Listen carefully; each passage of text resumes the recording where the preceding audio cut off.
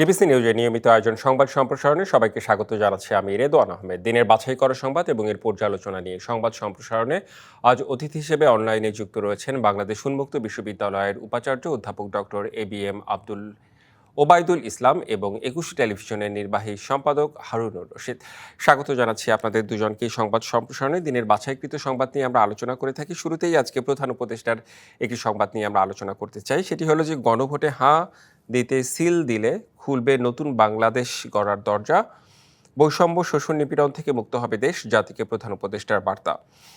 শুরুতে একটু হারুনুর রশিদ আপনার কাছেই আসতে চাই। অনেকেই সোশ্যাল মিডিয়ায় বলছেন যে সরকারের পক্ষ থেকে আসলে হাঁ কিংবা না ভোটের পক্ষে প্রচারণা চালানোটা উচিত নয়, কারণ সরকার থাকবে নিরপেক্ষ।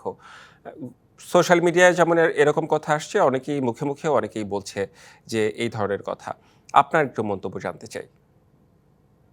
কঠিন প্রশ্ন করলেন আপনি শুরুতেই, স্যার থাকতে আমাকে ধরলেন আপনি। না, আচ্ছা, তারপর স্যারের কাছে আমরা যাব। আমি ব্যক্তিগতভাবে মনে করি ভোট তো ভোটই, জি। গণভোট হোক আর সংসদ নির্বাচন হোক, ভোটে সরকারের অবস্থান হচ্ছে সুষ্ঠু ভোট। হুম। ভোটে সরকারের অবস্থান হবে যে মানুষ যেন, ভোটাররা যেন স্বাধীনভাবে মতামত প্রকাশ করতে পারে, সেই ব্যবস্থাপনা করা। কাউকে যেন ভোটদানে বিরত রাখার কোনো শক্তি না থাকে, কেউ যেন ভোটদানে কোনো বাধার মুখে না পড়েন, কেউ যেন ভোটের মাধ্যমে তার পছন্দের জায়গাটি বেছে নিতে বাধাগ্রস্ত না হন। হুম। এখন আপনি দেখেন প্রধান উপদেষ্টার নিজস্ব মতামত থাকতেই পারে। এখন সেটি ইনি হচ্ছেন অন্তর্বর্তী সরকারের প্রধান উপদেষ্টা। সুতরাং তিনি নিজস্ব মতামত যদি প্রকাশ্যে প্রকাশ করেন, সেটি এক ধরনের প্রভাব সৃষ্টি করে। আর উনি যখন জাতির উদ্দেশ্যে একটি মেসেজ দিয়ে, আজকে একটি রেকর্ডেড মেসেজ উনি টেলিভিশন রেডিও সবখানে একযোগে সম্প্রচার হয়েছে সন্ধ্যা 6:30টায়। এটা হুম। যদি করে তাহলে সরকার কি চায়, সরকার কোন পক্ষে, সেটি স্পষ্ট করে দিল। তাহলে সেখানে স্বাধীন মতামতের জায়গাটি কোথায় থাকে? সরকার তার অবস্থানে স্পষ্ট করে, যেটি অন্তর্বর্তী সরকার একটি নির্দলীয়, নিরপেক্ষ এবং সবার সরকার। এখন যদি উনি, কিন্তু এ পর্যন্ত হয়তোবা কেউ বলতে পারেন যে হ্যাঁ ভোট দিলে কি হবে, না ভোট দিলে কি হবে, এটি ব্যাখ্যা হতেই পারে, হুম। সেটা অন্য ব্যাপার। কিন্তু আমি যদি বলি যে আপনি যদি হ্যাঁ ভোট দেন এবং হ্যাঁ ভোটের পক্ষে যদি একটি দেশের, উনি তো সরকার প্রধান এবং উনি অন্তর্বর্তী সরকারের প্রধান, তিনি যদি সরাসরি অবস্থান নেন, তাহলে সেখানে স্বাধীন মতামত প্রকাশের জায়গা কতটুকু থাকে সেটি প্রশ্ন, নাম্বার ওয়ান। নাম্বার টু হচ্ছে, আপনি যদি দেখেন আমাদের যে নির্বাচনী যে নীতিমালা বা যে হুম। আইন কানুন, তাতে কিন্তু কোনো সরকারি কর্মকর্তা, কর্মচারী এবং একই সঙ্গে নির্বাচন কমিশনের সাথে যুক্ত কেউ কোনো প্রার্থীর পক্ষে অথবা কোনো অবস্থান, তিনি তার অবস্থান প্রকাশ করতে পারেন না। তার কাজটি হচ্ছে একটি সুষ্ঠু নিরপেক্ষ নির্বাচনের আয়োজন করা এবং সবাইকে ভোট দিতে সহযোগিতা করা। প্রত্যেক মানুষেরই, এবং প্রধান উপদেষ্টা বলেন বা প্রধানমন্ত্রী বলেন, যারই, প্রত্যেক মানুষের নিজস্ব মতামত থাকে। হুম। কিন্তু নিজস্ব মতামত সবাই প্রকাশ করার জন্য রাষ্ট্র কিন্তু সরাসরি জায়গাটি করে দেয়নি। যেমন আমি আপনাকে বলি, এখানে উদাহরণটা দেই, দ্বৈত নাগরিকত্ব বাংলাদেশে বৈধ, কিন্তু আপনি দেখেন যে সরকারি কর্মকর্তারা যারা জনপ্রতিনিধি হবেন, তাদের জন্য কিন্তু দ্বৈত নাগরিকত্ব না। বিষয়টা ঠিক সেরকম। আপনি যখন সরকারে থাকবেন, তখন আপনি একটি পক্ষ নিতে পারেন না। আপনি যখন নির্বাচন কমিশনে থাকবেন, তখন একটি পক্ষ নিতে পারেন না। আপনি যখন আপনি ইসে থাকবেন না, আপনার বিভিন্ন সরকারি জায়গায় থাকবেন, সেটা নিতে পারেন না। এখন বাংলাদেশ ব্যাংক দেখেন, আপনি বলেছে কমার্শিয়াল ব্যাংক গুলোকে যে তোমরা হায়ের পক্ষে তোমরা প্রচার চালাবে এবং তোমাদের এই যে যে টাকাটা তোমরা জনসেবার জন্য, যেটাকে আপনার বলে যে CSR যেটাকে বলে, সেটার জন্য যে অর্থটা সেখানে খরচ করবে। এখন দেখেন, বলেন যে আইনে কোনো বাধা নাই, আইনে বাধা নাই আপনি সেটা বলতে পারেন, কিন্তু আমি স্পষ্টতই দেখতে পাচ্ছি এটা আহ আইনের ঠিক নিয়ম মেনে হচ্ছে কিনা সে ব্যাপারে আমার প্রশ্ন আছে। জি। আরেকটি বিষয় হ্যাঁ। আপনাকে বলে রাখি, যদি আপনি এভাবে বলেন, ধরেন এর বাইরেও তো এটার প্রভাব আছে, তাহলে হ্যাঁ আর না, না বিষয়টা রাখার প্রশ্ন কেন?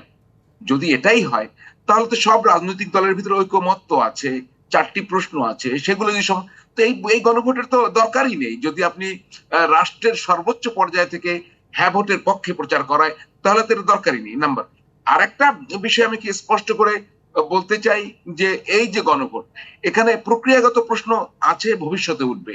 সেটি হচ্ছে, অতীতে যে গণভোট গুলো দেখেছি, সেটি হচ্ছে পার্লামেন্ট যখন গুরুত্বপূর্ণ বিষয়ে সিদ্ধান্ত নিতে একদম কিছু কিছু বিষয় আছে যেটা সংবিধানের মৌলিক প্রশ্নের সঙ্গে যুক্ত, সেটি সমাধানের জন্য সংবিধান ওই জায়গায় গিয়ে পার্লামেন্ট একমত হতে না পারলে সর্বসম্মত, যেমন আপনার আমাদের সংবিধানের মৌল নীতিগুলো, তখন গণভোটের ব্যবস্থা। আমরা কি হয়েছিল আমাদের তত্ত্বাবধায়ক, আপনি যদি 90-এর গণঅভ্যুত্থানের পর যে নির্বাচন হলো 91 সালে, তখন আমরা গণভোট দেখেছিলাম। জি, সেই গণভোট কিসের জন্য? আমরা একটি শাসন ব্যবস্থা পরিবর্তন করেছি। আমরা রাষ্ট্রপতি শাসিত সরকার থেকে মন্ত্রী পরিষদ শাসিত সরকারে গিয়েছি। রাইট। এর আগে যে গণভোট হয়েছিল তিনি হচ্ছেন প্রেসিডেন্ট জিয়াউর রহমানের তার অবস্থান নিয়ে গণভোট। এটি হচ্ছে ভিন্ন জায়গা, একটি ভিন্ন ধরনের গণভোট। জি, এই গণভোটের জন্য তো পার্লামেন্ট নাই। সুতরাং পার্লামেন্টকে এখানে কিন্তু পার্লামেন্টকে বাধ্য করা যায় না, এটিও কিন্তু আপনি খেয়াল করবেন। আমাদের যদি গণভোটের আপনি একটা দুইটা তিনটা চারটা প্রশ্ন দেখেন, শেষ প্রশ্নগুলো দেখেন, একটি সংসদ হচ্ছে সার্বভৌম। আমাদের যে রাষ্ট্র কাঠামো তাতে সংসদ হচ্ছে সার্বভৌম। সুতরাং সংসদকে আপনি কোনোভাবে বাধ্য করতে পারেন না। সংসদ এটা দেখবে, দেখার পরে যদি সংসদ মনে করে তো রাষ্ট্রপতিকে বলবে, রাষ্ট্রপতি গণভোটের আয়োজন করবেন। এখন বিশেষ পরিস্থিতিতে অনেক কিছু হতে পারে, কিন্তু আমার বিবেচনায় সরকারের হ্যাঁ ভোটের পক্ষ অবলম্বন আমার কাছে আমার নৈতিক মানদণ্ডে যথার্থ মনে হয় না। জি, আপনার কাছে আমি আবারও আসবো। ওবায়দুল ইসলাম, একটু আপনার কাছে আসতে চাই। আপনার কাছেও একটু একই বিষয়ে জানতে চাই যে এই গণভোটের বিষয় নিয়ে অনেক আলোচনা, সমালোচনা, পক্ষে বিপক্ষে অনেকেই কথা বলছে সোশ্যাল মিডিয়ায় কিংবা সামাজিক চায়ের আড্ডায়, যেকোনোখানেই। আপনার কাছে কি মনে হয় আসলে ব্যাপারটি? জি, আপনাকে অনেক ধন্যবাদ। এখানে আপনাকে সহ যারা হারুন ভাই আছেন এবং সবাই দর্শক সবাইকে সালাম জানাচ্ছি। আসলে যে কথাগুলা হারুন ভাই বলেছেন অত চমৎকার করে বিস্তারিত ভাবে, এই কথাটা সংক্ষেপে যেটা আমার মাথা থেকে আসে এবং আমি যেটা মনে করি যে বর্তমান সরকার একটা অন্তর্বর্তীকালীন সরকার, দলীয় সরকার না। বাংলাদেশে একটা অভ্যুত্থান বলেন বা বিপ্লব বলেন, তার মাধ্যমে তাদের একটা অবস্থান এখানে তৈরি হয়েছে। এর মানে এই না যে ওনাকে একটা মতাদর্শের বা দর্শনকে এখানে চাপিয়ে দিতে হবে। আমি বিশ্বাস করি যে ওনার এই বর্তমান সরকারের কাজ হলো বাংলাদেশে একটা অবাধ, সুষ্ঠু, নিরপেক্ষ, নির্দলীয় সরকারের অধীনে নির্বাচন অনুষ্ঠান করা। কিন্তু সেই জায়গা থেকে সরকার প্রধান নিজেই যদি একটা অবস্থান নিয়ে নেন যে আমি এই কাজটা করতে চাই, তোমরা এই পক্ষে ভোট দাও, তাহলে আসলে নিরপেক্ষতা থাকে বলে আমার কাছে মনে হয় না। আজকে উনি যে বক্তব্য দিয়েছেন, সেই বক্তব্যটার পরে আগামীকালকে দেখা যাবে যে বাংলাদেশে আমরা তো সবাই চাটুকারিতা করি, সবাই খুশি করার চেষ্টা করি সরকারকে বা কর্তা ব্যক্তিকে খুশি করতে চাই। আগামীকালকে দেখা যাবে যে এরপর থেকে বাংলাদেশের বিভিন্ন সংগঠন, বিভিন্ন প্রতিষ্ঠান, তারা সবাই একইভাবে তারা দেখা যাবে যে আমার কাছে মনে হয় দেখা যাবে যে তারা সবাই হা ভোটের পক্ষে প্রচারণা চালাবে। তাইলে আমার জনগণের কে যদি হা বা না যদি দুইটা জায়গা থেকেই থাকে, তাহলে আমাকে তাদেরকে বলে দিতে হবে কেন? এটা তো একটা দল আছে, বিএনপি আছে, জামায়াত ইসলামী আছে, এনসিপি আছে, বাংলাদেশ বহুত দল এই মুহূর্তে ইলেকশন করছে, তাদের হাতে ছেড়ে দেওয়া উচিত। এটা যদি সরকার নিজেই যদি একটা অবস্থা নিয়ে নেয়, তাহলে তার নিরপেক্ষতা জায়গা থাকে না। আমি মনে করি সেখানে তাদের উচিত ছিল না এইভাবে একটা সরাসরি নিজের অবস্থান থেকে নিয়ে নেওয়া। জি, একটু আমরা গুরুত্বপূর্ণ একটু কথা আগে হারুন বলেছেন। ভাই মানে বলেন, একটু দলগুলোর আগে উপরে আসলে ছেড়ে দেওয়া উচিত প্রচারণার ভারটা। ডক্টর এবিএম ওবায়দুল ইসলাম, আরেকটি প্রশ্ন আপনার কাছে আমি তারাই করতে এই মধ্যে ইলেকশন করছেন। জি, আমার আরেকটি প্রশ্ন জি ছিল জি যে সেটি হলো যে এই সরকার তো একটি জি সংস্কারের মধ্য দিয়েই আসলে এগোতে চাচ্ছে। যখন সংস্কারগুলো মানে করা হচ্ছে, সংস্কারের পক্ষে এই সরকার জি তার মতামত চাইতে পারে কিনা?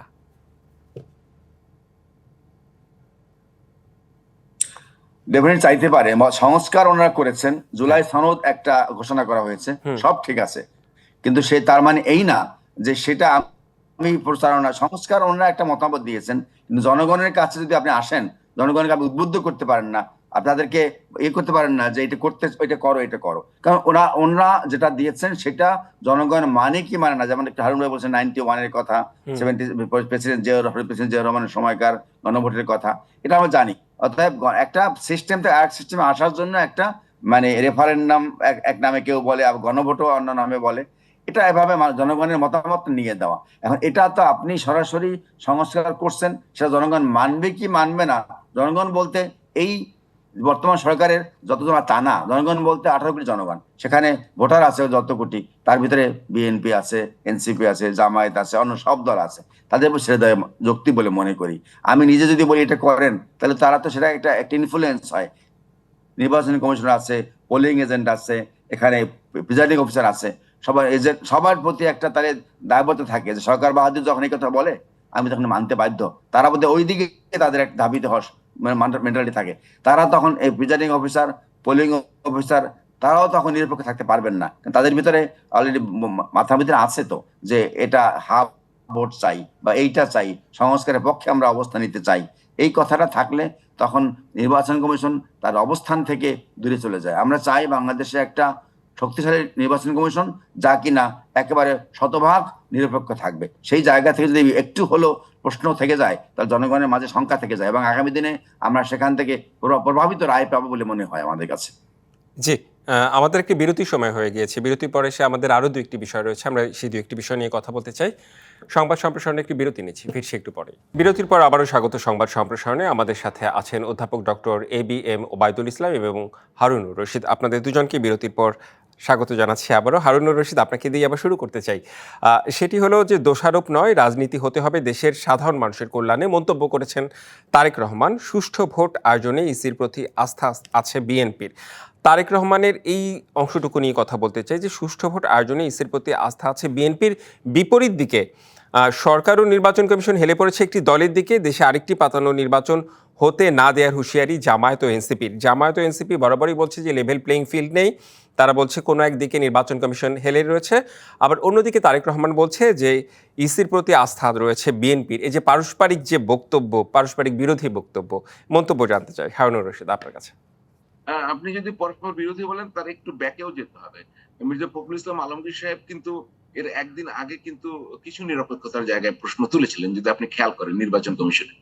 আসলে নির্বাচনের সময় যেটা হয় সেটি হচ্ছে নির্বাচন কমিশনকে সবাই তার পক্ষে রাখতে চায়। এটা রাখতে যেয়ে সবাই তার বিভিন্ন দোষ ত্রুটি বের করে। এটা কিন্তু একদিক থেকে ভালো। ভালো মনে করি এই কারণে যে আমার চোখে যেটা খারাপ সেটা আমি বললাম, আর একজনের চোখে যেটা খারাপ লাগে সেটা সে বললো। সবাই বললে আসল জায়গাটা কিন্তু নির্বাচন কমিশনের পক্ষেও সিদ্ধান্ত নিতে সহজ হয়, যে আসলে এখান থেকে তো বোঝা যায় কোথায় প্রবলেম গুলো হচ্ছে, কোথায় কি। এবং প্রত্যেকটি রাজনৈতিক দলই তো নির্বাচন কমিশনকে চাপে রাখতে চায়। তো যখন নির্বাচন কমিশনকে তারা বিভিন্ন ভুল ত্রুটি ধরিয়ে দেয়, সে মনে করে আমার দিকে হেলে না থেকে আরেকটি দলের দিকে হেলে আছে, এগুলো একটা পলিটিক্যাল কথাবার্তা। আমি যেটা মনে করি ওভারঅল, সেটা হচ্ছে ওভারঅল প্রস্তুতির বিষয়। ওভারঅল প্রস্তুতির বিষয়ে আমি আরো সন্তুষ্ট হতে চাই।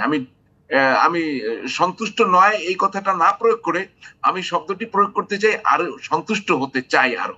কারণটা হচ্ছে আমাদের জন্য নির্বাচনটা কিন্তু সামনে খুবই জরুরি। আপনি কোনো অজুহাতে যেন নির্বাচন পেছানো না হয়, কারণ বাংলাদেশে একটি গণতান্ত্রিক প্রক্রিয়া উত্তরণের জন্য এই নির্বাচনটি একটি ঐতিহাসিক নির্বাচন। এখন আপনি এটা যতটা দেরি করবেন, তখন কিন্তু দেশের ভিতরে অস্থিরতা, সংকট তৈরি হবে। আমরা তো 1.5 বছর, 1 বছর 17 মাস হয়ে গেল। সুতরাং যে পর্যায়েই হোক, সেক্ষেত্রে তারেক রহমান সাহেবের বক্তব্যে একটা বিষয় কিন্তু স্পষ্ট, যে উনি কিন্তু নির্বাচনটার প্রতি ওনার খুব গুরুত্ব। এ কারণে আস্থা রাখতে চান। এর মানে কি? আস্থা রাখতে চান মানে নির্বাচন কমিশন কাজ করছে, আরো ভালো কাজ করুক, কোথাও প্রবলেম থাকলে কাটাক, আমি নির্বাচনটা চাই। আমি মনে করি কোন রাজনৈতিক দলের কাজে যদি নির্বাচনটা বাধাগ্রস্ত করার যদি কোনো প্রক্রিয়া থাকে, সেটি আমাদের দেখা উচিত।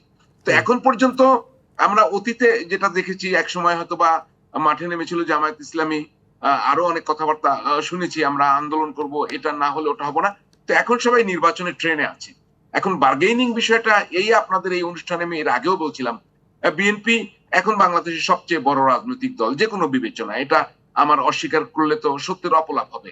সুতরাং বিএনপির জন্য নির্বাচনটা তো খুবই জরুরি, দেশের জন্য জরুরি, বিএনপির জন্য জরুরি, অন্যান্য রাজনৈতিক দলগুলোর জন্য জরুরি। কিন্তু কোন কোন রাজনৈতিক দল অতীতে মনে করতেন, এখনো করে কিনা জানি না, যে নির্বাচনটা একটু দেরিতে হলে হয়তোবা তাদের এই শেয়ারিং এ, কেকের শেয়ারিং এর ভাগটা বাড়বে, এটি অনেকে মনে করতে পারেন।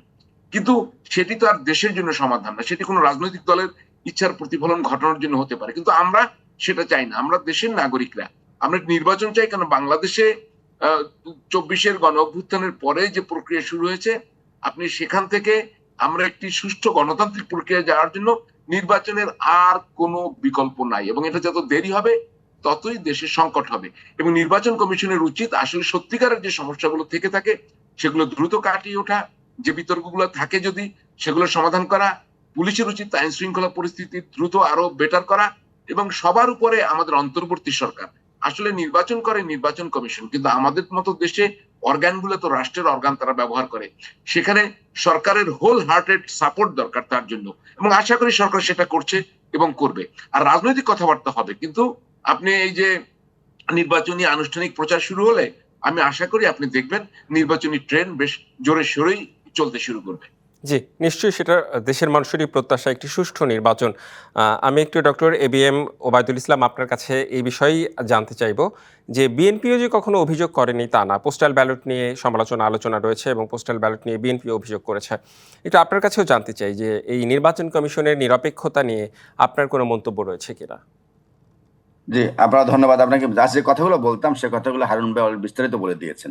এরপরে আবার নতুন করে বলার সুযোগ থাকে না। তারপরে যেটা বলতে হয় এই যে আমরা বাংলাদেশের অস্তিত্বটা এখন এমনই অবস্থা পৌঁছে গেছে যে নির্বাচনটা হলে বাংলাদেশের অস্তিত্ব, বাংলাদেশের স্টাবিলিটি, বাংলাদেশের স্থায়িত্ব, বাংলাদেশের শান্তি শৃঙ্খলা সব ডিপেন্ড করছে এই নির্বাচনের উপরে। নির্বাচন যত দীর্ঘায়িত হবে, প্রলম্বিত হবে, ততই বাংলাদেশের জন্য একটা অশনি সংকেত বয়ে আসতে পারে। আমরা এই পোস্টাল ব্যালট নিয়ে বিএনপি কথা বলেছে।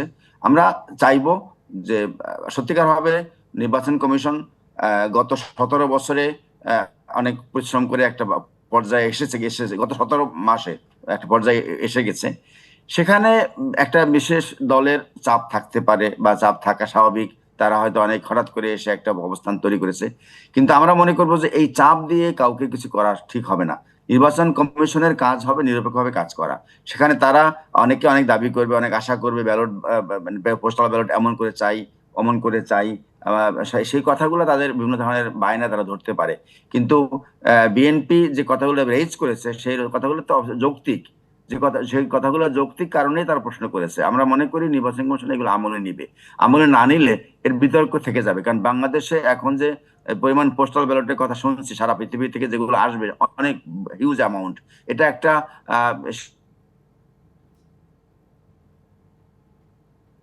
জি, হবে কোনোভাবেই যেন এমন কোন প্রশ্ন আসার সুযোগ না থাকে যে এই পোস্টাল ব্যালটের এই ধরনের অবস্থা তৈরি হয়েছে। আমরা সেই জায়গা থেকে জনাব তারেক রহমান বা বিএনপি যে মানে প্রশ্নগুলো করেছে সেটা যৌক্তিক বলে মনে করি আমরা। জি, আপনার কাছে আমি আরেকটু সংক্ষেপে একটি প্রশ্ন রাখতে চাই। সেটি হচ্ছে শাহজালাল বিজ্ঞান ও প্রযুক্তি বিশ্ববিদ্যালয়ের ছাত্র সংসদ নির্বাচন নিয়ে আপনি আসলে কি মন্তব্য করবেন? নির্বাচনের জি, আপনি তো পুরো বিষয়টি জানেন আসলে যা হচ্ছে। এই ছাত্র সংসদ নির্বাচন কি এখনই আসলে হওয়া উচিত নাকি নির্বাচনের পর, জাতীয় নির্বাচনের পর?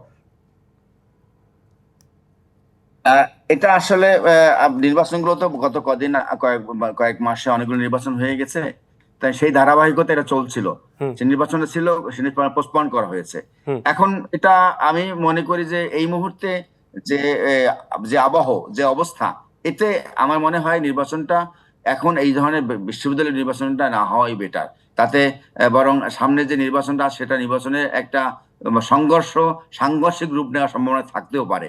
আমি মনে করি এই নির্বাচনের চাইতে আমাদের জাতীয় নির্বাচন অত্যন্ত বেশি গুরুত্বপূর্ণ। একটু আগে বললাম বাংলাদেশের মানে আগামী দিনে শান্তি শৃঙ্খলা বজায় রাখার স্বার্থে জাতীয় নির্বাচনে গুরুত্ব দেওয়া উচিত। এই ছাত্র সংসদ নির্বাচন তো 1 মাস পর 2 মাস পরে হতে পারে। এটাকে এত গুরুত্ব দিলে জাতীয় নির্বাচনে জি, অনেক কিছু না কিছু হয়তো বা একটা রিফ্লেকশন পড়তেও প্রভাব পারে পড়তে পারে। তার মানে আপনি বলে জাতীয় আমার মনে হয়। নির্বাচনকেই গুরুত্ব দিচ্ছেন। এটা আপনাদের স্থগিত দুজনকে অনেক থাকা ধন্যবাদ। অধ্যাপক ডক্টর এবিএম ওবায়দুল ইসলাম এবং অবশ্যই সবাই হারুনুর দায়ী। রশিদ সংবাদ সম্প্রসারণে যুক্ত হবার জন্য। এই ছিল সংবাদ সম্প্রসারণে। সঙ্গেই থাকুন।